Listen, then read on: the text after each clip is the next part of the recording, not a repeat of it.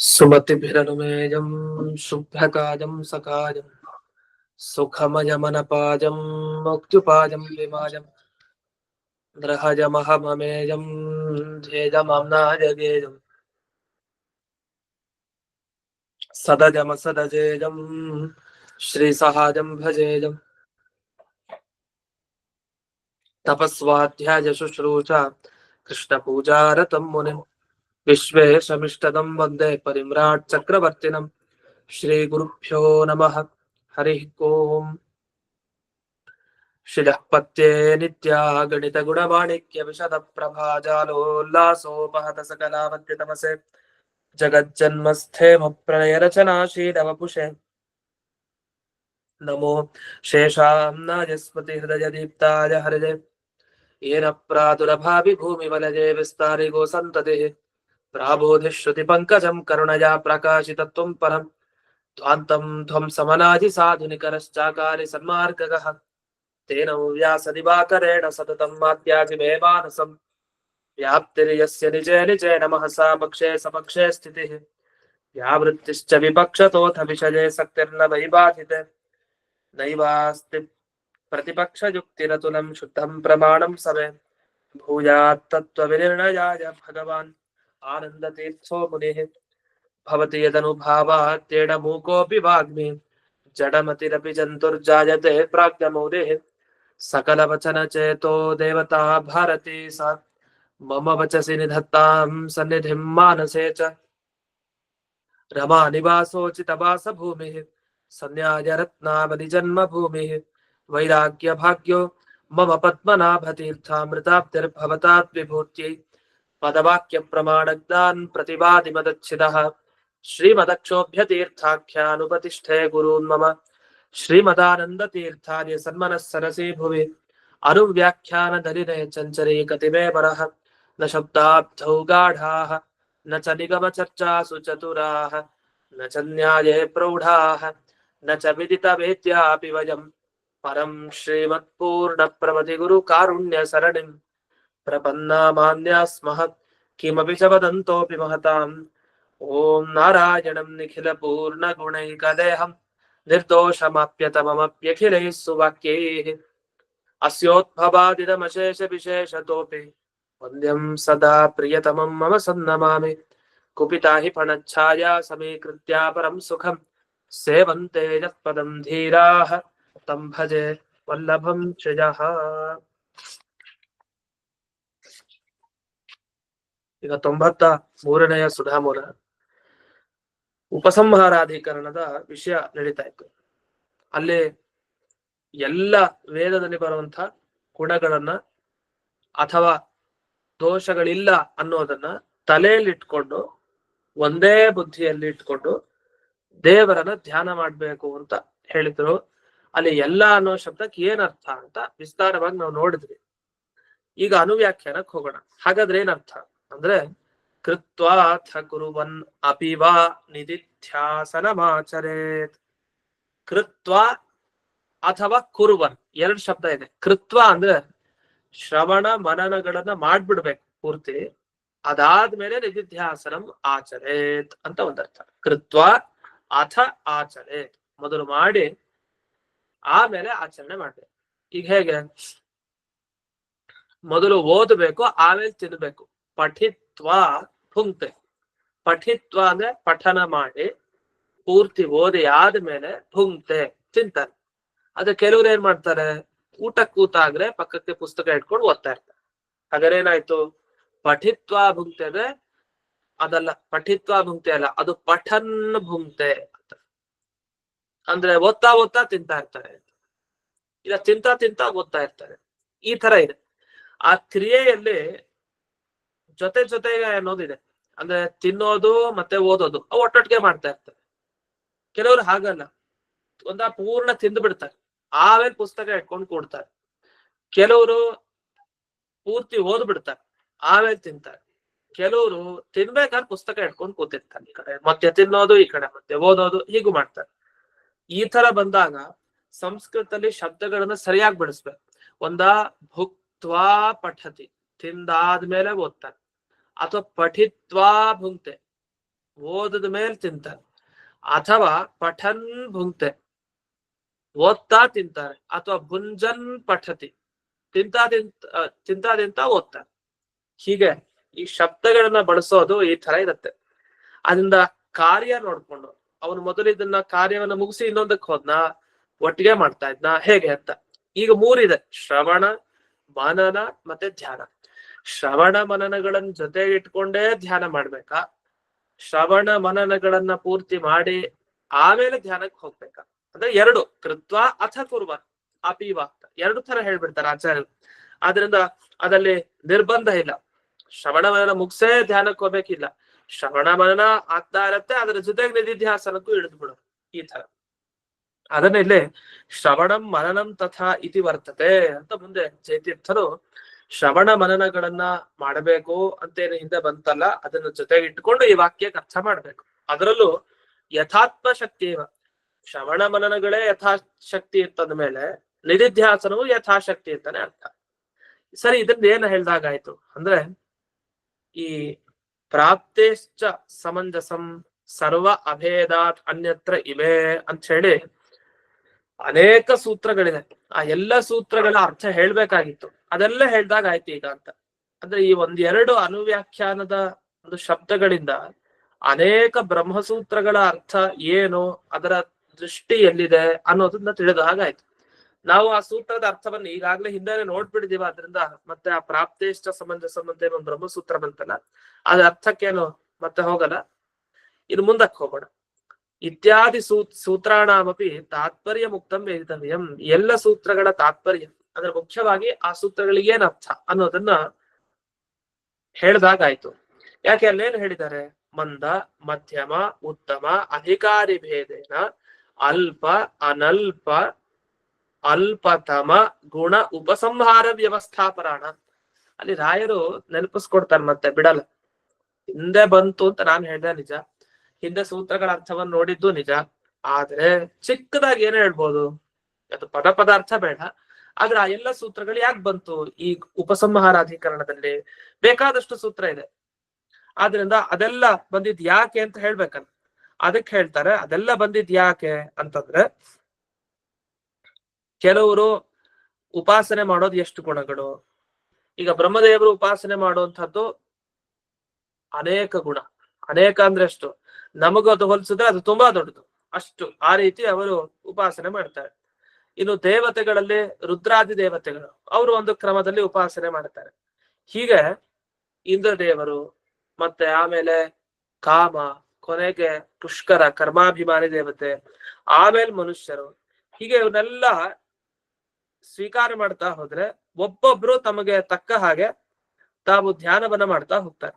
ಹಾಗಾದ್ರೆ ಇಷ್ಟೆಲ್ಲ ಧ್ಯಾನ ಮಾಡುವಂತ ಪ್ರಕ್ರಿಯೆಯನ್ನ ಹೇಗ್ ಸಾಧನೆ ಮಾಡ್ತೀರಿ? ಒಬ್ಬೊಬ್ರು ಯಾಕೆ ಹೀಗೆ ಮಾಡ್ತಾರೆ ಅಂದ್ರೆ, ಅದು ಅವರವರ ಯೋಗ್ಯತೆ ತಕ್ಕ ಹಾಗೆ. ಯಾಕೆ? ಒಬ್ರು ಮಂದರು, ಮತ್ತೊಬ್ಬರು ಮಧ್ಯಮರು, ಇನ್ನೊಬ್ರು ಉತ್ತಮರು. ಉತ್ತಮರು ಉತ್ತಮ ರೀತಿಯಲ್ಲೇ ಮಾಡ್ತಾರೆ ಧ್ಯಾನ, ಮಧ್ಯಮರು ಮಧ್ಯಮ ರೀತಿಯಲ್ಲಿ, ಮಂದರು ಮಂದರ ರೀತಿಯಲ್ಲಿ ಅಷ್ಟೇ.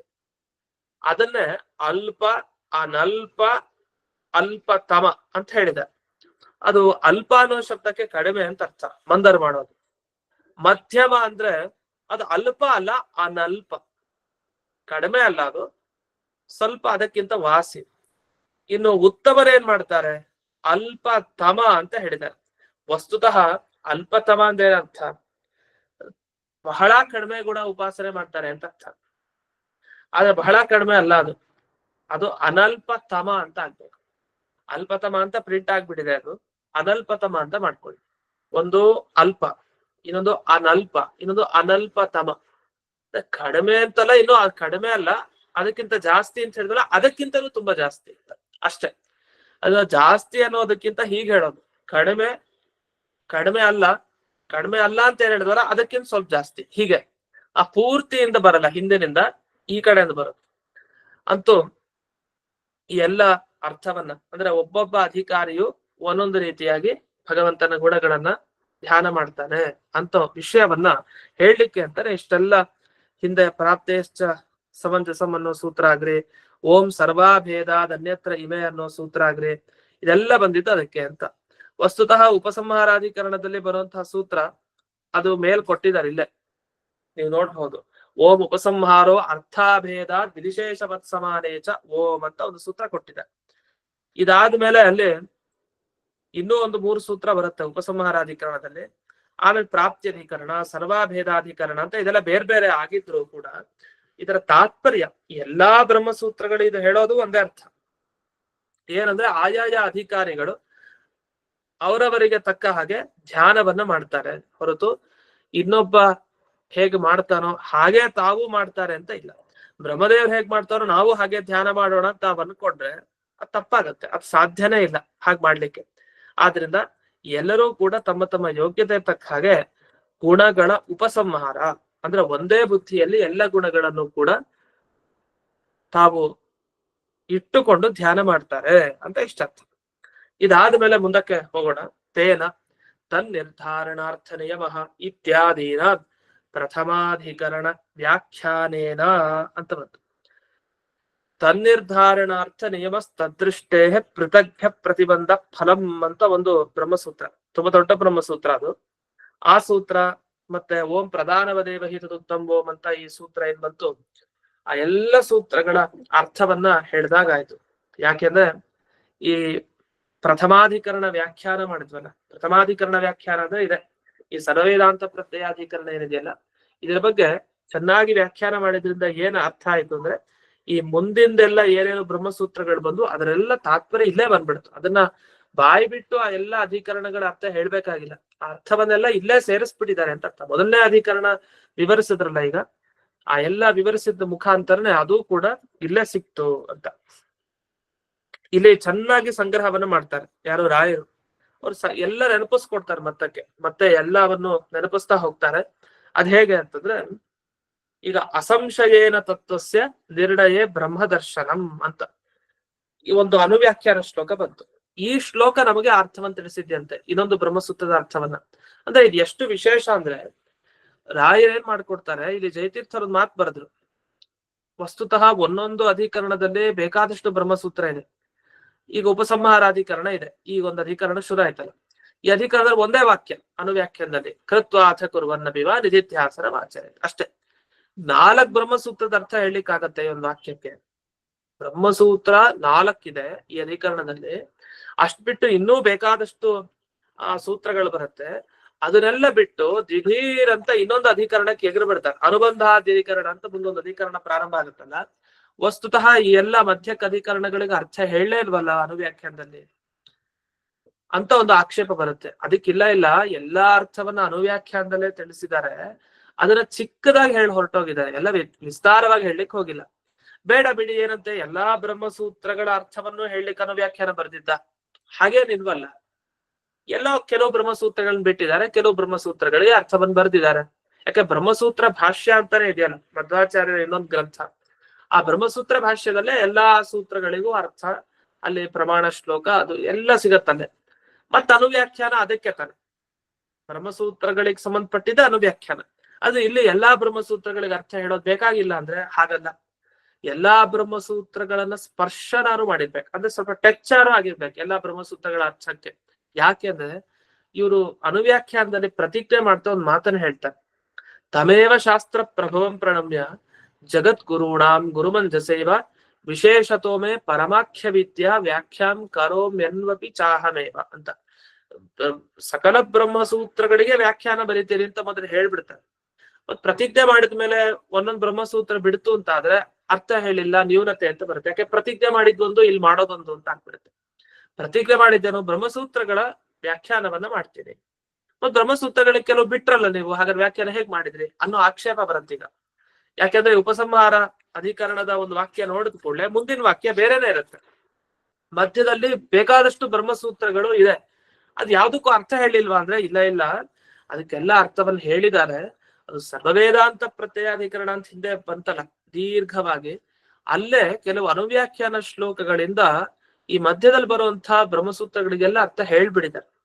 ಅದ್ ಹೇಗೆ ಅಂತ ಗೊತ್ತಾಗ್ಬೇಕಲ್ಲ, ಯಾವ್ದ್ರಿಂದ ಯಾವ್ದ್ರ ಬಗ್ಗೆ ಹೇಳಿದ್ದಾರೆ ಅದನ್ನು ತಿಳಿಸ್ಲಿಕ್ಕೆ ಇಲ್ಲಿ ರಾಯರು ಅದನ್ನೆಲ್ಲ ಉದಾಹರಿಸ್ತಾರೆ.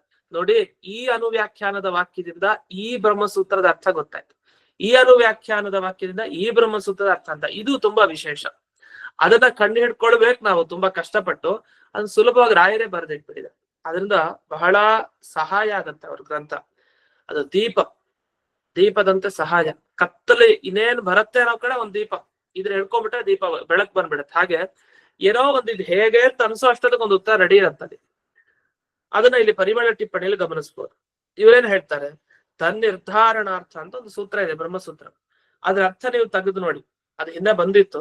ಆ ಅರ್ಥವನ್ನ ನೋಡಿದಾಗ ಇಲ್ಲೊಂದು ಅನುವ್ಯಾಖ್ಯಾನ ವಾಕ್ಯ ಇದೆ, ಅದು ಹೇಳೋದು ಒಂದೇ, ಆ ಸೂತ್ರ ಹೇಳೋದು ಒಂದೇ. ಏನ್ ಬಂತ ಹಿಂದೆ? ಮೊದಲನೇ ಸರ್ವವೇದಾಂತ ಪ್ರತ್ಯಾಧಿಕರಣದಲ್ಲಿ ಆ ವಾಕ್ಯ ಬಂತು, ಅಸಂಶಯೇನ ತತ್ವಸ್ಯ ನಿರ್ಣಯ ಬ್ರಹ್ಮದರ್ಶನ. ಸಂಶಯ ಇಲ್ಲದೆ ಒಂದು ತತ್ವವನ್ನ ಸರಿಯಾಗಿ ತಿಳ್ಕೊಳ್ತೀವಿ ಅಂತ ಆದ್ರೆ ಆಗ ಬ್ರಹ್ಮನ ಅಂದ್ರೆ ಪರಮಾತ್ಮನ ಅಪರೋಕ್ಷ ಜ್ಞಾನ ಆಗತ್ತೆ ಅಂತ ಬಂತು. ಈ ವಿಷಯವನ್ನ ಆ ಬ್ರಹ್ಮಸೂತ್ರ ಹೇಳೋದು. ಅದು ಆಗ್ಲೇ ಹಿಂದೆ ಬಂದ್ಬಿಟ್ಟಿದೆ. ಆದ್ರಿಂದ ಆ ಬ್ರಹ್ಮಸೂತ್ರದ ಅರ್ಥವನ್ನ ಹೇಳಲಿಲ್ಲ ಅನ್ನೋ ಆಕ್ಷೇಪಕ್ಕೆ ಅವಕಾಶ ಇಲ್ಲ. ಅಷ್ಟೇ ಅಲ್ಲ, ಗುರುಗಳು ಬೇಕೇ ಬೇಕು, ಗುರುಗಳ ಉಪದೇಶ ಇಲ್ಲದೆ ಶಿಷ್ಯನಿಗೆ ಉದ್ಧಾರ ಇಲ್ಲ ಅಂತೆಲ್ಲ ವಿಷಯ ಬಂತು. ಅದರ ತಾತ್ಪರ್ಯವನ್ನು ಹಿಂದೆ ಹೇಳಿದ್ದಾರೆ. ಮತಿಶ್ರುತಿ ಧ್ಯಾನ ಕಾಲ ವಿಶೇಷಂ ಗುರುರುತ್ತಮ ಅಂತ ಹಿಂದೆ ಬಂದಿದೆ. ಅಂದ್ರೆ ಒಬ್ಬ ಉತ್ತಮ ಗುರು ತಾನು ಶ್ರವಣ ಮನನ ಧ್ಯಾನ ಯಾವಾಗ ಮಾಡ್ಬೇಕೋ ಆ ಟೈಮಿಗೆ ಬಂದ್ ಮಾಡಿಸಿ ಹೋಗ್ತಾನೆ. ಆ ನಿಯತ ಗುರು ಅವನ ಕೆಲಸ, ಅವನ್ ಬಂದು ಆ ಶಿಷ್ಯರನ್ನ ಉದ್ಧಾರ ಮಾಡಿ ಹೋಗ್ತಾನೆ. ಆ ಟೈಮ್ ಸರಿಯಾದ ಸಮಯಕ್ಕೆ ಬಂದು ಉದ್ಧಾರ ಮಾಡಿ ಹೊರಟೋಗ್ತಾನೆ. ಈ ವಿಷಯ ಆಗ್ಲೇ ಅನುವ್ಯಾಖ್ಯಾನದ ವಾಕ್ಯದಿಂದ ಬಂದ್ಬಿಟ್ಟಿದೆ. ಅದನ್ನ ಇಲ್ಲಿ ಓಂ ಪ್ರಧಾನವ ದೇವಹಿ ತದುಕ್ತಂ ಓಂ ಅಂತ ಒಂದು ಬ್ರಹ್ಮಸೂತ್ರದಲ್ಲಿ ಬಿಡಿಸಿದ್ದಾರೆ. ಅದರಿಂದ ಆ ಬ್ರಹ್ಮಸೂತ್ರ ಅರ್ಥ ಅಲ್ಲೇ ಬಂದಿದೆ. ಇನ್ನು ಅಷ್ಟೇ ಅಲ್ಲ, ಕಾಮಾದಿತರತ್ರ ತತ್ರ ಚಾಯತನಾದಿಭ್ಯ ಅಂತ ಒಂದು ಬ್ರಹ್ಮಸೂತ್ರ. ಆ ಬ್ರಹ್ಮಸೂತ್ರ ಲಕ್ಷ್ಮೀದೇವಿ ತಾನು ಎಲ್ಲಾ ಕಡೆ ನಿರ್ದೋಷಣೆ, ಅವಳು ಭೂಮಿಗೆ ಬರಲಿ ಮೋಕ್ಷದಲ್ಲಿ ಇರ್ಲಿ ಎಲ್ಲಿ ಬೇಕಾದಿರ್ಲಿ ಅವಳು ನಿರ್ದೋಷಳು ಅಂತ. ಈ ವಿಷಯನೂ ಕೂಡ ಹಿಂದೆ ಬಂತು. ನಿರ್ದೋಷತ್ವಂ ರಮಾಯಾಶ್ಚ ಅಂತ ಅನುವ್ಯಾಖ್ಯಾನದ ಶ್ಲೋಕದಲ್ಲಿ ರಮಾದೇವಿಗೆ ದೋಷವೇ ಇಲ್ಲ ಅಂತನೂ ಬಂತು. ಇನ್ನು ಯದಾವನನಾದಿತ್ಯಾದಿ ತಾತ್ಪರ್ಯಂತು. ಇನ್ನು ತಾರತಮ್ಯ ಸಿದ್ಧಾಂತ ಅದು ಬಂತು ಹಿಂದಕ್ಕೆ. ಯಾಕೆ ಸಿದ್ಧಾಂತ ಅಂದ್ರೆ ಏನು, ಪರ ಸಿದ್ಧಾಂತ ಅಪರ ಸಿದ್ಧಾಂತ ಅಂತ ವಿಸ್ತಾರವಾಗಿ ಹೇಳಿದ್ವಲ್ಲ, ಅಂಥ ವಿಷಯ ಅದು. ಬ್ರಹ್ಮ ಸರಸ್ವತಿ ಅಂತ ಹೇಳಿ ಅಲ್ಲೂ ತಾರತಮ್ಯದ ಬಗ್ಗೆ ಹೇಳಿದ. ಹಾಗಾದ್ರೆ ಇಷ್ಟೆಲ್ಲ ನೋಡಿದಾಗ ನಮ್ಗೇನ್ ಗೊತ್ತಾಯ್ತು? ಮೇಲ್ನೋಟಕ್ಕೆ ಸರ್ವವೇದಾಂತ ಪ್ರತ್ಯಯಾಧಿಕರಣ ಅಂತ ಒಂದು ಈ ಅಧಿಕರಣಕ್ಕೆ ಸಂಬಂಧಪಟ್ಟ ಅನುವ್ಯಾಖ್ಯಾನ ಶ್ಲೋಕ ತುಂಬಾ ಇದೆ ಅಂತ. ಹಾಗಲ್ಲ, ಅದಕ್ಕೆ ಹೆಸರು ಹಾಕಿ ಕೊಡೋ ಹಾಗೆ ಇಲ್ಲ. ಮಧ್ಯಕ್ಕೆ ಮುಂದೆ ಬರುವಂತ ಅಧಿಕರಣದ ವಿಷಯನೆಲ್ಲ ಮೊದಲೇ ಹೇಳ್ಬಿಡ್ತಾರೆ. ಅದೇನಾಗತ್ತೆ ಅಂದ್ರೆ ಆಚಾರ್ಯರು ಕ್ರಮವಾಗಿಯೇ ಬ್ರಹ್ಮಸೂತ್ರಕ್ಕೆ ವ್ಯಾಖ್ಯಾನ ಮಾಡಲ್ಲ. ಈಗ 1, 2, 3, 4 ಅಂದ್ರೆ ಮೊದಲು 1ನೇ ಸೂತ್ರದ ಬಗ್ಗೆ ಬರೆಯೋದು, ಆಮೇಲೆ 2ನೇ ಸೂತ್ರದ ಬಗ್ಗೆ ಅರ್ಥ ಹೇಳೋದು, ಹೀಗೆ ಮಾಡಲ್ಲ ಮಧ್ವಾಚಾರ್ಯರು. ಅವ್ರು ಸಾಮಾನ್ಯವಾಗಿ ಕ್ರಮದಲ್ಲಿ ಇರ್ತಾರೆ, ಇಲ್ಲ ಅಂತಿಲ್ಲ. ಆದ್ರೆ ಮಧ್ಯದಲ್ಲಿ ಏನ್ ಮಾಡ್ತಾರೆ, ಒಂದ್ ವಿಷಯ ಹೇಳ್ತಾ ಅದಕ್ಕೆ ಸಂಬಂಧಪಟ್ಟಿದ್ದು ಎಲ್ಲಿ ಬೇಕಾದಿರ್ಲಿ ಬ್ರಹ್ಮಸೂತ್ರದಲ್ಲಿ ಅದನ್ನೆಲ್ಲ ತಗೊಬಂದು ಅಲ್ಲೇ ಹೇಳ್ಬಿಡ್ತಾರೆ. ಅದ್ ಹೇಳ್ದಾಗ ಏನಾಗುತ್ತೆ, ಕ್ರಮದಲ್ಲಿ ಮತ್ತೆ ವ್ಯತ್ಯಾಸ ಶುರು ಆಗತ್ತೆ. ಆಮೇಲೆ ಅದ್ ಬರೋದಿಲ್ಲ, ಯಾಕೆ ಆ ವಿಷಯ ಹೇಳಾಕ್ಬಿಟ್ಟಿರ್ತಾರ ಮೊದಲೇ. ಹಾಗಾದ್ರೆ 30ನೇ ಸೂತ್ರದಲ್ಲಿ ಬರೋ ವಿಷಯವನ್ನ ಮೊದಲನೇ ಸೂತ್ರದಲ್ಲೇ ಹೇಳಿ ಮುಗಿಸ್ಬಿಡ್ತಾರೆ. ಆಗೇನಾಗುತ್ತೆ, 30ನೇ ಸೂತ್ರ ಓದೋ ಅವಶ್ಯಕತೆ ಇಲ್ಲ. ಅವಾಗ ಏನಾಗುತ್ತೆ, 30 ಬಿಟ್ಟು 35ನೇದೋ ಏನೋ ಇರುತ್ತೆ. ಯಾಕೆ ಅಲ್ಲಿವರೆಗೂ ಮೊದಲೇ ಹೇಳ್ಬಿಟ್ಟಿರ್ತಾರಲ್ಲ ಅರ್ಥ. ಆಗ ಯಾಕೆ ಈ ಬ್ರಹ್ಮಸೂತ್ರಗಳಿಗೆ ಅರ್ಥನೇ ಬರ್ದಿಲ್ಲ ಆಚಾರ್ಯರು ಅಂತ ಅನ್ಕೊಳ್ಬಹುದು. ಆದ್ರೆ ಹಾಗಲ್ಲ. ಬ್ರಹ್ಮಸೂತ್ರದ ಅರ್ಥ ಆ ಸಂದರ್ಭದಲ್ಲಿ ಬರ್ದೇ ಇದ್ರು ಮುಂಚೆನೆ ಆ ವಿಷಯವನ್ನ ಹೇಳಿರ್ತಾರೆ. ಅದನ್ನ ಗಮನಿಸ್ಕೊಳ್ಬೇಕು. ಆ ಗಮನಿಸೋದು ಹೇಗೆ, ಅದು ಕಷ್ಟ ಸಾಧ್ಯ. ಯಾಕಂದ್ರೆ ಮೊದಲು ಆ ಅಧಿಕರಣ ನೆನಪಿರ್ಬೇಕು, ಅಲ್ಲಿ ಎಷ್ಟು ಬ್ರಹ್ಮಸೂತ್ರ ಬಂದಿದೆ ಅಂತ ಗೊತ್ತಿರ್ಬೇಕು, ಆ ಬ್ರಹ್ಮಸೂತ್ರಗಳಿಗೆ ಏನ್ ಅರ್ಥ ಅಂತ ಗೊತ್ತಿರ್ಬೇಕು ಸರಿಯಾಗಿ. ಆಮೇಲೆ ನೋಡ್ಬೇಕು, ಓ ಇಲ್ಲೆಲ್ಲಾರು ಬಂದಿದ್ಯಾ, ಅನುವ್ಯಾಖ್ಯಾನ ಶ್ಲೋಕದಲ್ಲಿ ಹೇಳಿದಾರ ಅಥವಾ ಬಿಟ್ಟಿದಾರ ಅಂತ ಆಮೇಲೆ ನೋಡ್ಬೇಕು. ಇದೆಲ್ಲ ಕಷ್ಟ ಸಾಧ್ಯ. ಅದಕ್ಕೆ ಟಿಪ್ಪಣಿಗಳ ಅವಶ್ಯಕತೆ. ಟಿಪ್ಪಣಿ ನೋಡಿದ ಕೂಡಲೇ ಒಂದು ದಿಕ್ಸೂಚಿ ಸಿಗತ್ತೆ, ಹೀಗೆ ತಿಳಿಬೇಕು ಅಂತ. ಅದನ್ನ ನೋಡ್ಕೊಂಡು ಹಾಗಾದ್ರೆ ಮಿಕ್ಕಿದ ಅನುವ್ಯಾಖ್ಯಾನ ವಾಕ್ಯಗಳು ಕೂಡ ಈ ಅರ್ಥವನ್ನು ಹೇಳ್ತಾ ಇದೆ. ಅದರಿಂದ ಯಾವುದೇ ಬ್ರಹ್ಮಸೂತ್ರವನ್ನು ಬಿಟ್ಟಿದ್ದಾರೆ ಅಂತಿಲ್ಲ ಅನುವ್ಯಾಖ್ಯಾನದಲ್ಲಿ. ಎಲ್ಲೋ ಒಂದು ಅದರ ಅರ್ಥದ ಒಂದು ಸಂಬಂಧದಿಂದನೇ ಹೇಳಿರ್ತಾರೆ ವಿಷಯವನ್ನ. ಇದು ಆಚಾರ್ಯರ ವೈಶಿಷ್ಟ್ಯ. ಅದನ್ನ ಪ್ರತಿಜ್ಞೆ ಮಾಡಿದ ಹಾಗೆ ಮಾಡಿದಾರ ಅವರು, ಮಾಡಿಲ್ಲ ಅಂತಿಲ್ಲ. ಪ್ರತಿಯೊಂದು ಬ್ರಹ್ಮಸೂತ್ರಗಳಿಗೆ ತಾತ್ಪರ್ಯ ಏನೋ ಅದನ್ನ ಬಿಡಿಸಿದ್ದಾರೆ. ಪದಾರ್ಥ ಬಿಡಿಸೋ ಅಗತ್ಯ ಇಲ್ಲ, ಯಾಕೆ ಅದು ಬ್ರಹ್ಮಸೂತ್ರ ಭಾಷ್ಯದಲ್ಲೇ ಬಂದ್ಬಿಟ್ಟಿದೆ. ಆದ್ರೆ ಒಂದು ಸೂತ್ರ ಏನೇನ್ ಮುಖ್ಯವಾಗಿ ಹೇಳಲಿಕ್ಕೆ ಹೊರಟಿದೆ ಅನ್ನೋದು ಮಾತ್ರ ಅದು ಅನುವ್ಯಾಖ್ಯಾನದಿಂದ ಗೊತ್ತಾಗುತ್ತೆ. ಇಲ್ಲಿವರೆಗೆ ಪರಿಮಳ ಟಿಪ್ಪಣಿ ನೋಡಿದ್ವಿ. ಹೀಗೆ ಯಾದುಪತ್ಯ ಟಿಪ್ಪಣಿಯಲ್ಲೂ ಕೂಡ ಅದನ್ನೇ ಬಿಡಿಸಿದ್ದಾರೆ. ಇನ್ನು ಶ್ರೀನಿವಾಸ ತೀರ್ಥರ ಟಿಪ್ಪಣಿಯಲ್ಲಿ ಒಂದು ಮಾತನ್ನ ಹೇಳ್ತಾರೆ, ಯಥಾ ಶಬ್ದ ಅಧಿಕರಣಾಂತರ ವ್ಯಾಖ್ಯಾನ ಸಮುಚ್ಚಯೇ ಅಂತ. ಅಲ್ಲಿ ಯಥಾ ಅಂತ ಒಂದು ಶಬ್ದ ಬಂದಿದೆ, ಯಥಾತ್ಮ ಶಕ್ತಿಯೇವ ಅಂತ. ಅಂದ್ರೆ ಬೇರೆ ಬೇರೆ ಅಧಿಕರಣಗಳ ವ್ಯಾಖ್ಯಾನವನ್ನು ಇಲ್ಲಿ ಮಾಡಿದ್ದಾರೆ. ಅಂದ್ರೆ ಒಂದು ವಾಕ್ಯ ತಗೊಂಡ್ರೆ ಅನುವ್ಯಾಖ್ಯಾನದ ವಾಕ್ಯ, ಅದು ಬರೀ ಅದೇ ಚಾಪ್ಟರ್ಗೆ ಸಂಬಂಧಪಡಲ್ಲ. ಹಿಂದೆ ಮುಂದೆ ಎಲ್ಲೋ ಹಿಂದೆ ಇರೋದು, ಎಲ್ಲೋ ಮುಂದಿರೋದು, ಈ ಚಾಪ್ಟರ್ ವಿಷಯಗಳಿಗೂ ಆ ಭಾಗಗಳಿಗೂ ಸಂಬಂಧಪಡೋದು ಆಗಿರುತ್ತೆ. ಅದನ್ನ ಗಮನಿಸ್ಬೇಕು ಅಂತ ಇಲ್ಲಿ ಅಧಿಕರಣಾಂತರ ವ್ಯಾಖ್ಯಾನ ಸಮುಚ್ಚಯ ಅಂತ ಕರೀತಾರೆ. ಬೇರೆ ಬೇರೆ ಅಧಿಕರಣಗಳ ವ್ಯಾಖ್ಯಾನವನ್ನು ಜೊತೆಗೂಡಿಸ್ಕೊಳ್ಳಿ, ಆಗ ಅರ್ಥ ಆಗುತ್ತೆ ಅಂತ. ಇನ್ನೂ ಬಿಡಿಸಿದ್ದಾರೆ ಇಲ್ಲಿ ಶೇಷವಾಕ್ಯಾರ್ಥ ಚಂದ್ರಿಕಾ ಟಿಪ್ಪಣಿನ ತೆಗೆದ್ರೆ ನೀವು ಅಲ್ಲಿ ಗಮನಿಸ್ಬೋದು. ಅಲ್ಲಿ ಪರಿಮಳ ಟಿಪ್ಪಣಿಲಿ ಏನಿದೆಯಲ್ಲ ಅದೇ ಬರಿತಾ ಹೋಗ್ತಾರೆ, ಸ್ವಲ್ಪ ಬಿಡಿಸ್ತಾರೆ. ಅಂದ್ರೆ ಆ ಸೂಕ್ತಗಳನ್ನ ಚೆನ್ನಾಗಿ ಅರ್ಥ ಮಾಡ್ಕೊಳ್ಳಿಕ್ಕೆ ಅನುವ್ಯಾಖ್ಯಾನದ ವಾಕ್ಯ ಪೂರ್ತಿ ಹಾಕ್ತಾರೆ ಕೆಲವು ಕಡೆ. ಉದಾಹರಣೆಗೆ ನೋಡಿ, ಮತಿಶ್ರುತಿ ಧ್ಯಾನ ಕಾಲ ವಿಶೇಷಂ ಗುರುರುತ್ತಮಃ ಅಂತ ಇಷ್ಟು ಪರಿಮಳ ಟಿಪ್ಪಣಿಯಲ್ಲಿ ರಾಯರು ಬರೀತಾರೆ. ಇದಾವೆ ಮುಂದಿನ ಭಾಗ ಬರೀಲಿಲ್ಲ, ಇವ್ರು ಬರೀತಾರೆ, ನೆನಪಿಸ್ಕೊಡ್ತಾರೆ. ವೇತ್ತಿ ತಸ್ಯೋಕ್ತ ಮಾರ್ಗೇಣ ಕುರುವ ತಸ್ಯಾರ್ಥಿ ದರ್ಶನಂ. ಆ ನಿಯತ ಗುರು ಸಿಕ್ಕಿದಾಗ ನಿಯತ ಗುರುಗಳು ಯಾವ ದಾರಿಯನ್ನ ತೋರಿಸ್ತಾರೋ ಆ ದಾರಿಯಲ್ಲಿ ಹೋಗಿ ಸಾಧನೆ ಮಾಡೋನ್ಗೆ ಸ್ಯಾಧಿ ದರ್ಶನಂ, ದೇವರ ಅಪರೋಕ್ಷ ಜ್ಞಾನ ಹಾಗೆ ಆಗತ್ತೆ. ಇದು ಪ್ರಧಾನವ ದೇವಹಿತದುಕ್ತಮನೋ ಬ್ರಹ್ಮಸೂತ್ರದಲ್ಲಿ ಬಂದಿದೆ. ಪ್ರಕೃಷ್ಟವಾದ ದಾನ ಅಂದ್ರೆ ಗುರುಗಳ ಅನುಗ್ರಹ, ಆ ನಿಯತ ಗುರುಗಳ ಅನುಗ್ರಹ ಮುಖ್ಯ ಅಂತ ಬ್ರಹ್ಮಸೂತ್ರದಲ್ಲಿ ಬಂದಿದೆ. ಇನ್ನು ಇದಾದ್ಮೇಲೆ ಶ್ರವಣಂ ದೃಷ್ಟತತ್ವಸ್ಯ ಮನನಂ ಧ್ಯಾನಮೇವಚ ವಿಶೇಷಾನಂದ ಸಂಪ್ರಾಪ್ತ್ಯೈ ಅಂತ. ಈ ದೃಷ್ಟತತ್ವಸ್ಯ ಶ್ರವಣಂ ಮನನಂ ಧ್ಯಾನಮೇವಚ, ಈ ಮನನ ಆಗ್ಲಿ ಧ್ಯಾನ ಆಗ್ಲಿ ಯಾರಿಗೆ? ದೃಷ್ಟತತ್ವ, ಯಾರಿಗೆ ಈಗಾಗಲೇ ಆ ವಿಷಯ ಚೆನ್ನಾಗಿ ಪರಿಚಯ ಆಗಿದೆ ಅವ್ರು ತಾನೇ ಮನನ ಮತ್ತೆ ಧ್ಯಾನ ಮಾಡ್ಲಿಕ್ಕೆ ಸಾಧ್ಯ. ಈಗ ಕೇಳೋದು ಯಾರು ಕೇಳ್ತಾರೆ? ಯಾರಿಗೆ ಗೊತ್ತೇ ಇಲ್ವೋ ಅವ್ರು ಕೇಳ್ತಾರೆ, ಮತ್ತೆ ಇಲ್ಲ ಅರ್ಧಂಬರ್ಧ ಗೊತ್ತಿದ್ರೆ ಕೇಳ್ತಾರೆ, ಪೂರ್ತಿ ಗೊತ್ತಿರಲ್ಲ, ಒಟ್ಟು ಗೊತ್ತಿಲ್ಲದೆ ಇರೋದಕ್ಕೋಸ್ಕರ ಕೇಳೋದು ಅಂತ. ಮನನ ಯಾರು ಮಾಡ್ತಾರೆ? ಗೊತ್ತಿದ್ದವ್ರು, ವಿಷಯ ಎಲ್ಲ ತಿಳ್ಕೊಂಬಿಟ್ಟಿರ್ತಾರೆ, ಆಮೇಲೆ ಮನನ ಮಾಡ್ತಾರೆ. ಧ್ಯಾನ ಯಾರು ಮಾಡ್ತಾರೆ? ಅವರು ಅಷ್ಟೇ, ಮೊದಲು ಗೊತ್ತಿದ್ದವರೇ ಧ್ಯಾನ ಮಾಡ್ಲಿಕ್ಕೆ ಸಾಧ್ಯ, ಇಲ್ಲಾಂದ್ರೆ ಹೇಗ್ ಮಾಡ್ಲಿಕ್ಕೆ ಸಾಧ್ಯ? ಈ ವಿಷಯ ಇದೆಯಲ್ಲ, ಇದು ಯಾವದಧಿಕಾರಂ ಅವಸ್ಥಿತಿ ರಾಧಿಕಾರಿಕಾಣಂ ಅಂತ ಒಂದು ಬ್ರಹ್ಮಸೂತ್ರ. ಅದರ ಅರ್ಥ ನೋಡಿದಾಗ ಓ ಈ ಅನುವ್ಯಾಖ್ಯಾನ ಶ್ಲೋಕದಿಂದ ಆ ಬ್ರಹ್ಮಸೂತ್ರದ ಅರ್ಥವನ್ನು ಹೇಳಿದ್ದಾರೆ ಅಂತ. ಇನ್ನು ಬ್ರಹ್ಮ ಸರಸ್ವತಿ ವೀಂದ್ರ ಶೇಷರುದ್ರಾಶ್ಚ ತತ್ಸ್ತ್ರೀಯ ಅಂತ ತಾರತಮ್ಯ ಹೇಳಿದ್ದಾರೆ. ಅದನ್ನೇ ರಾಯರು ಬರೆದಿದ್ದನ್ನೇ ಬರೆದು ಇನ್ನೂ ಒಂದೆರಡು ಮಾತುಗಳನ್ನ ಅನುವ್ಯಾಖ್ಯಾನದಲ್ಲಿ ಬರೋದನ್ನ ಬೆಳೆಸಿದ್ದಾರೆ.